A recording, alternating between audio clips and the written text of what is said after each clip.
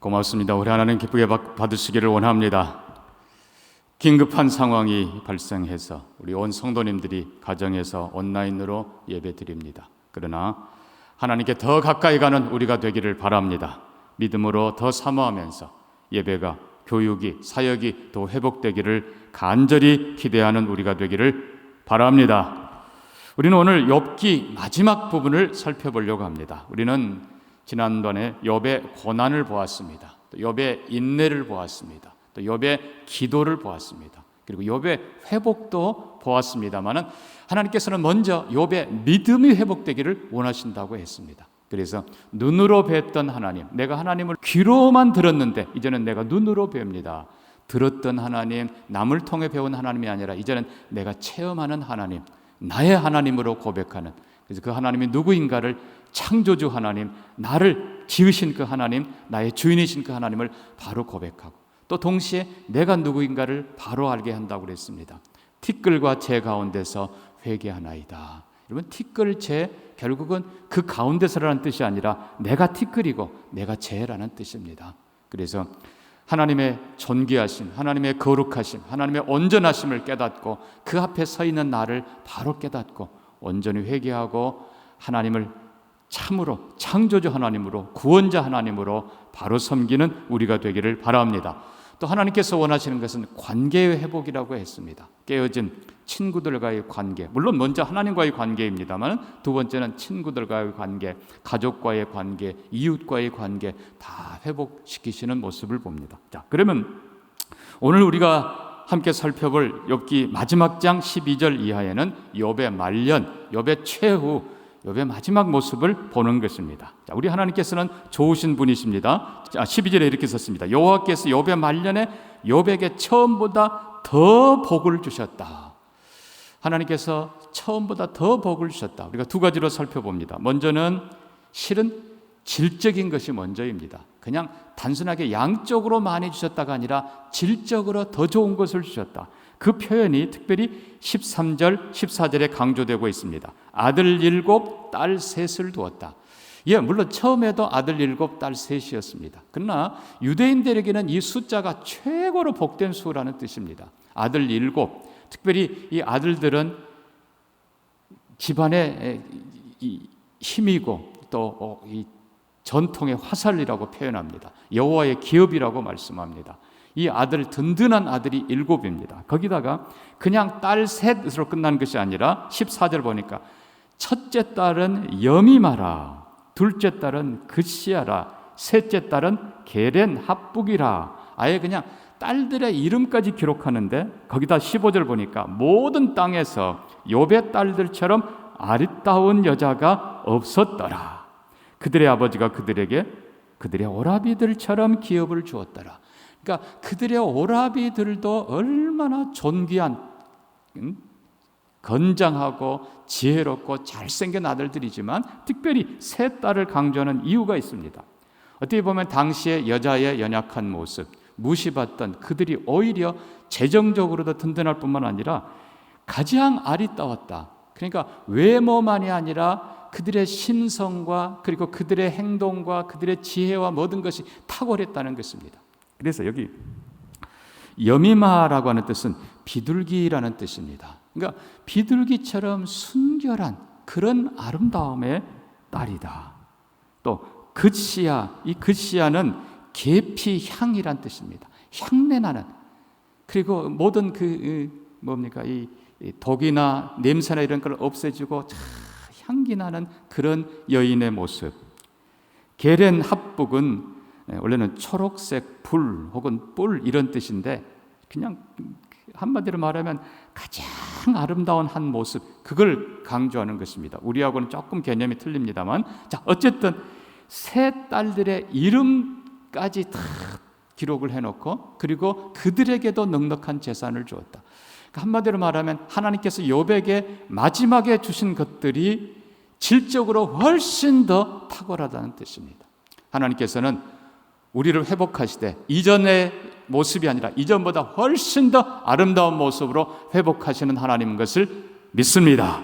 그렇게 분명히 기억하는 우리가 되기를 바랍니다. 두 번째는 양적인 뜻입니다. 더 복을 주셨다.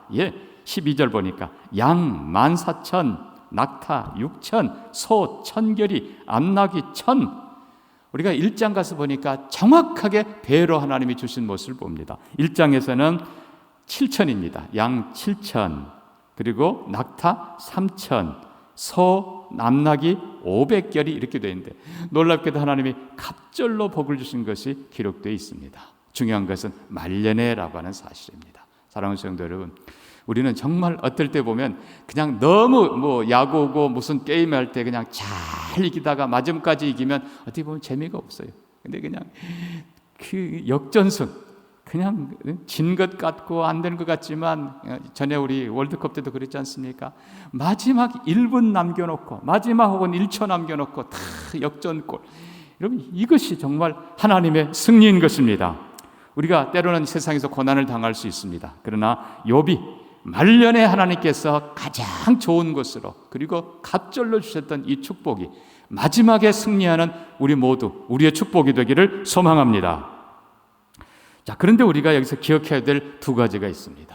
첫째는요, 하나님께서 분명히 가장 좋은 것으로 풍성하게, 실은 이삭에게는 하나님께서 100배나 복을 주셨더라.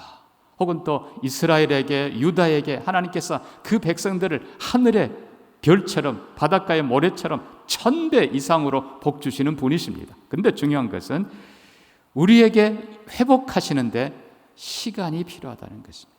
하나님께서는 긴 시간을 사용하신다는 것입니다. 자, 그래서 우리가 한마디로 말하면, 이 회복도 하루아침에 아들 7, 딸 3 있을 수 없는 일이에요. 진정한 회복은 정상적으로 회복되는 것입니다. 그러니까 먼저는 아들 7, 딸 3을 낳는 이 과정 속에 그의 아내와 가장 좋은 관계가 회복되었다는 것을 우리가 볼 수 있습니다. 뿐만 아니라 욥이 아들 7, 딸 3을 낳을 정도라면 그가 건강과 모든 것이 정상으로 회복되었다는 것입니다.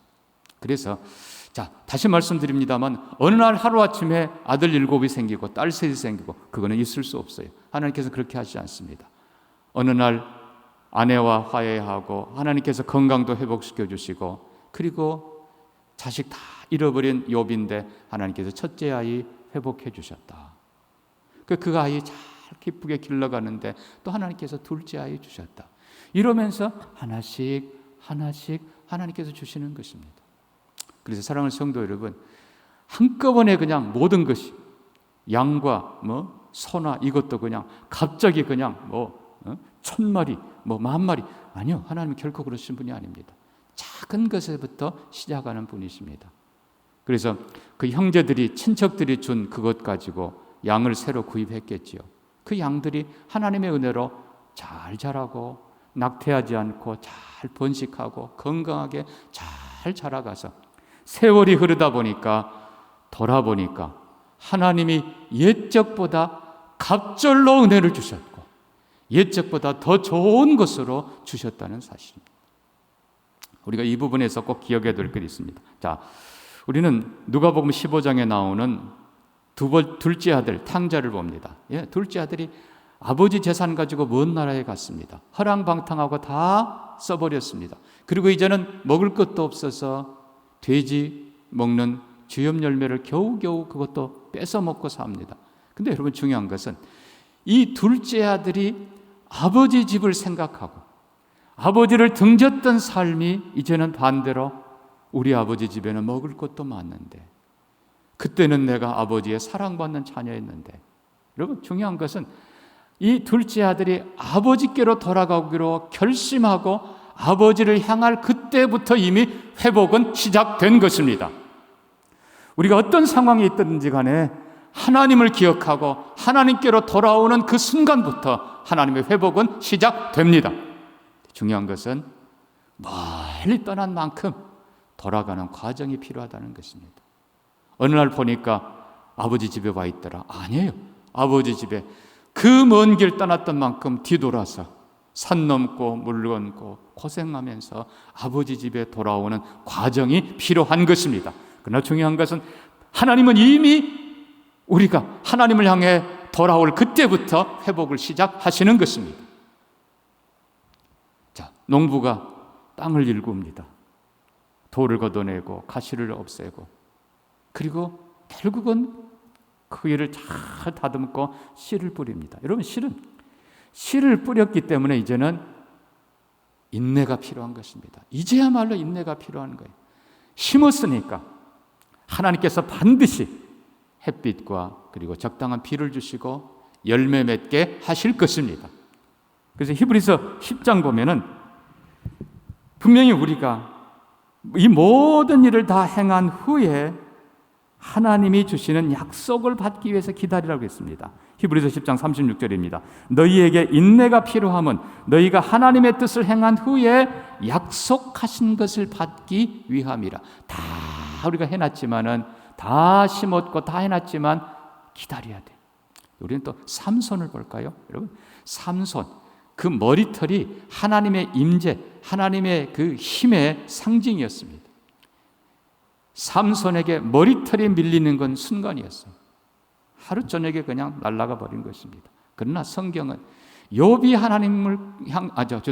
삼손이 하나님을 향해서 회개하고, 하나님 나를 불쌍히 여겨 주옵소서, 이번만 나로 강하게 하옵소서. 삼손이 기도하며 하나님을 바라봤을 때 성경은 이렇게 씁니다.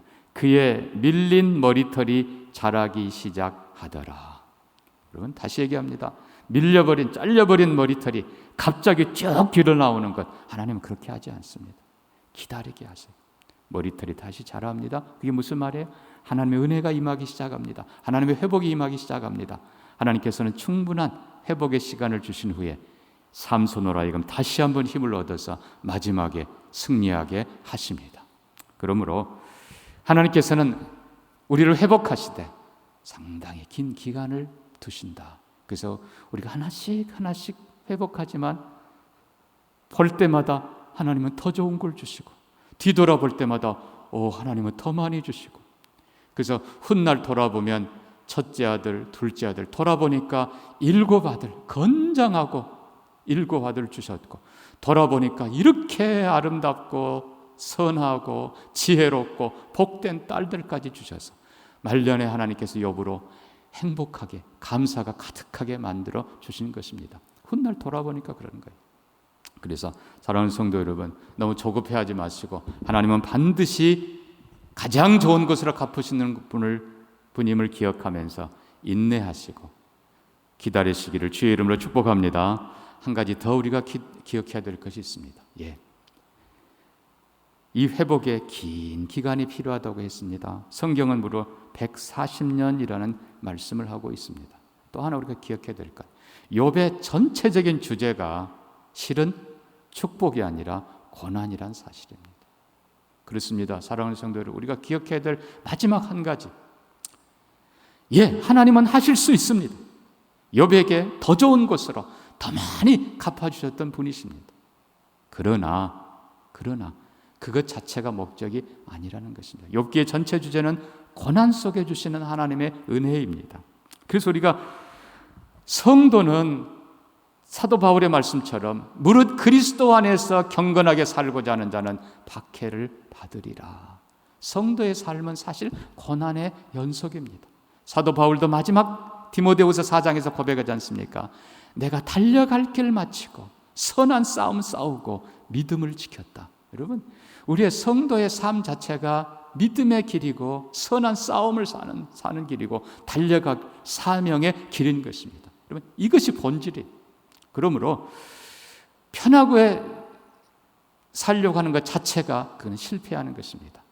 어떤 고난이 와도 이겨낼 수 있는 이것이 하나님이 주시는 능력이고, 하나님은 특별히 우리를 고난 혹은 징계하시지만 히브리서 10장, 11장, 12장 보면요, 하나님이 사랑하기 때문에 징계하는 것이고, 하나님은 우리를 더 거룩하게 하나님의 성품에 참여하도록 우리를 연단시키기 위해서 우리를 징계하시고 우리에게 고난과 시련도 주는 것입니다. 그래서 우리가 히브리서를 이렇게 자세히 들여다보면 이제 결론 부분이 11장, 12장, 13장인데요. 특별히 거기 11장에 믿음의 사람들 쭉 보면 대부분 앞부분에는 하나님이 역사하셔서 세상에 눈에 보이는 승리자로 보이지만, 그러나 마지막 38절 위로 쭉 가면은 정반대 말씀이 나옵니다. 더 좋은 부활을 얻고자 그들이 구차히 살려하지 않고 구차히 변명하지 않고 스스로 고난의 길을 택했다라고 선언합니다. 예, 그렇습니다. 하나님은 얼마든지 하실 수 있습니다. 그러나 그것 자체가 진정한 복은 아닌 것입니다. 자, 우리는 다니엘의 세 친구를 봅니다. 다니엘서 3장 보면 느부갓네살 왕이 자기를 높이기 위해서 금신상, 거대한 신상을 세우고 모든 관료들, 모든 백성들을 그 앞에 절하게 합니다. 그러나 우리가 알지 않습니까? 다니엘의 세 친구 사드락, 메삭, 아벤누고 절하지 않습니다. 관리가 그들을 왕에게 고발합니다. 왕이 친히 나서서 내가 한 번 더 기회를 줄 텐데 그렇지 않으면 불 속에 던져 넣으리라. 풀무불을 겁을 주기 위해서 더 뜨겁게 합니다. 그러나 여러분, 다니엘의 세 친구 뭐라고 합니까? 왕이여, 우리는 신상에게 절하지 않습니다. 우리 하나님께서 우리를 구해내실 것입니다. 그리 아니하실지라도 우리는 절하지 않겠습니다. 여러분, 하나님께서는 그 신앙을 원하시는 거예요. 그리 아니하실지라도 저는 믿음으로 살겠습니다. 저는 하나님 편을 택하겠습니다.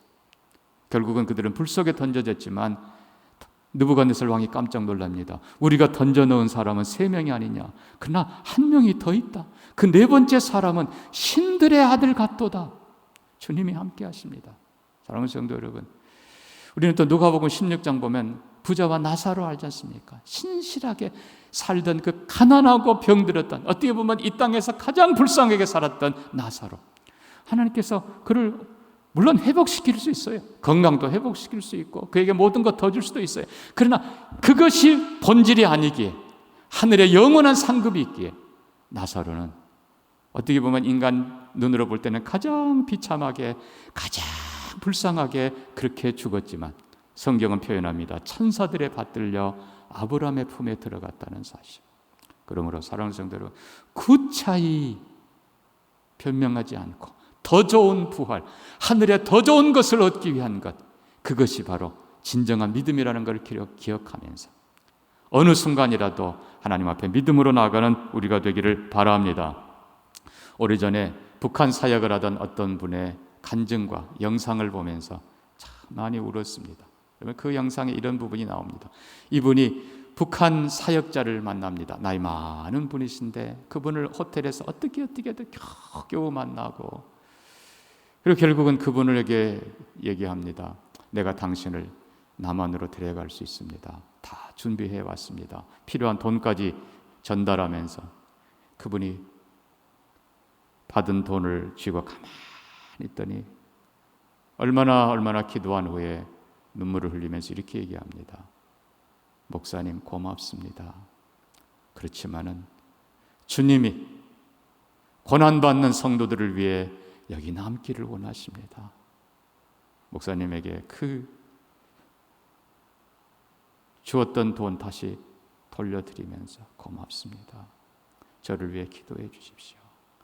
어둠 속으로 다시 뚜벅뚜벅 걸어가면서 주님이 함께 하십니다. 걱정하지 마십시오.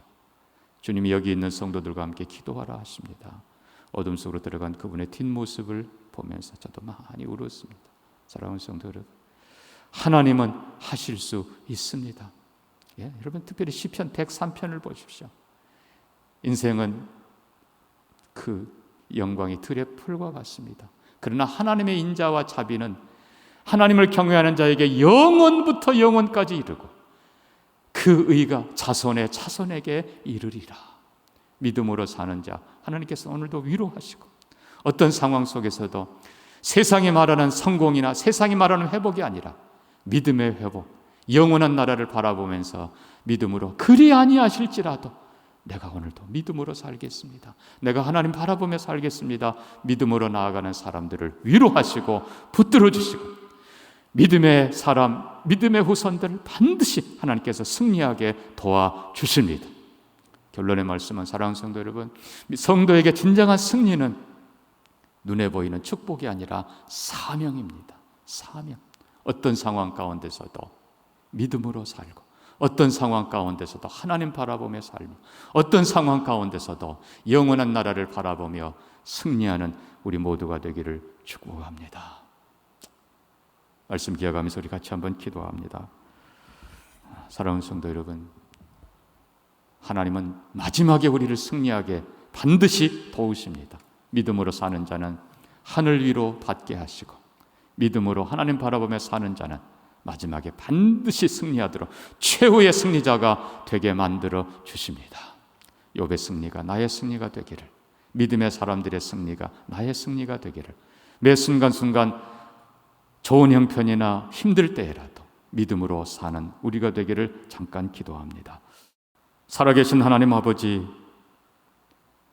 믿음의 삶 자체가 고난의 삶이요, 선한 싸움의 삶이요, 그리고 사명의 삶인 것을 기억합니다. 하나님 아버지, 편안을 추구하는 우리가 되지 않게 하시고, 세상의 승리를, 축복을 추구하는 우리가 되지 않게 하시고, 믿음의 승리를 바라는 우리가 되게 해 주시옵소서.